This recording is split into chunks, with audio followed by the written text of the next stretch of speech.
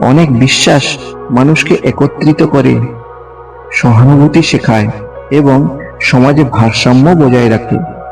যেমন সত্য কথা বলা উচিত, পরের উপকার করা উচিত। এইসব ধারণাগুলো আমাদের মনের স্থিতিশীলতা বজায় রাখে। কিন্তু যখন এই বিশ্বাসগুলো প্রশ্নহীনভাবে মানা হয়, তখনই হয় সমস্যা। তখন চিন্তা থেমে যায় আর শুরু হয় অন্ধ অনুসরণ। মনোবিজ্ঞানীরা বলেন, beliefs that's are never questions become psychological prisons. অর্থাৎ যে বিশ্বাসে কোনো প্রশ্ন নেই, সেই বিশ্বাসটা একটা মানসিক কারাগারের মতো। তাহলে কি আমরা এই চক্র থেকে বের হতে পারবো না?